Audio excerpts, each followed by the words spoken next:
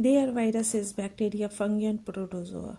Each of these groups of organisms will have some essential biochemical life processes which is peculiar to that group and not shared with the other groups. These processes may be pathways for the synthesis of new substances or respiration.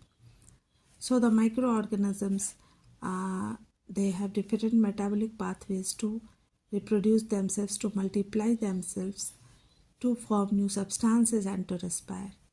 These pathways will not be used by us either.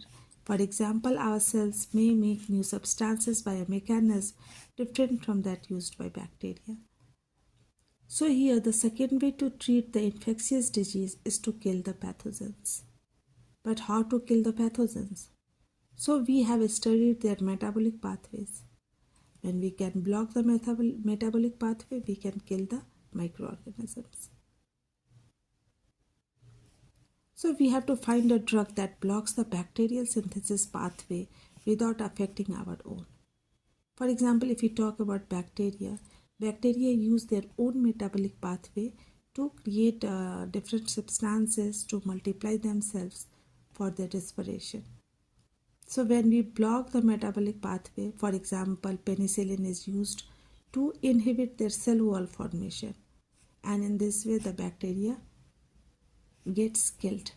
Ultimately, if the cell wall is not formed, the growth will always ultimately stop and the pathogen will be killed.